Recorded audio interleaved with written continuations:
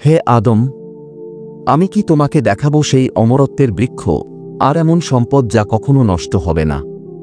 খ্রিস্টীয় ৭ম শতাব্দীতে মক্কায় জন্মগ্রহণ করেন মহানবী মুহাম্মদ, যে শহরে অবস্থিত পবিত্র কাবা। দুঃখজনকভাবে তাঁর পিতা আবদুল্লাহ তাঁর জন্মের আগেই ইন্তেকাল করেন। তাঁর দাদা আব্দুল মুত্তালিব ছিলেন মক্কার শ্রদ্ধেয় নেতা এবং কাবার চাবির অধিকারী। কাবা, যা পৃথিবীর সবচেয়ে প্রাচীন ইবাদতের ঘর, মুহাম্মদ এর জন্মের বহু আগে থেকেই মক্কায় ছিল।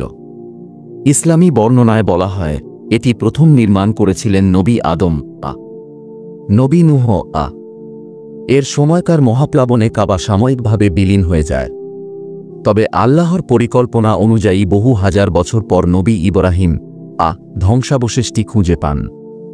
আল্লাহর নির্দেশে ইব্রাহিম তার পুত্র ইসমাইল কে সাথে নিয়ে কাবাকে পুনর্নির্মাণ করেন, সেই একই স্থানে যার উপর দাঁড়িয়ে আজকের মক্কার শহরের ভিত্তি গড়ে ওঠে।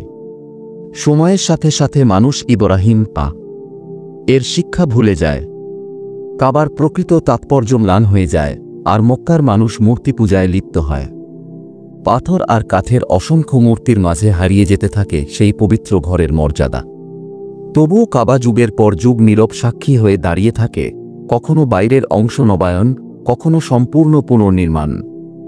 কিন্তু এক সত্য কখনো বদলায়নি, এর অবস্থান আদিকাল থেকে একই পবিত্র স্থানে অটলভাবে দাঁড়িয়ে আছে কাবা, পরিবর্তনের মাঝেও এক শাশ্বত স্থিরতা।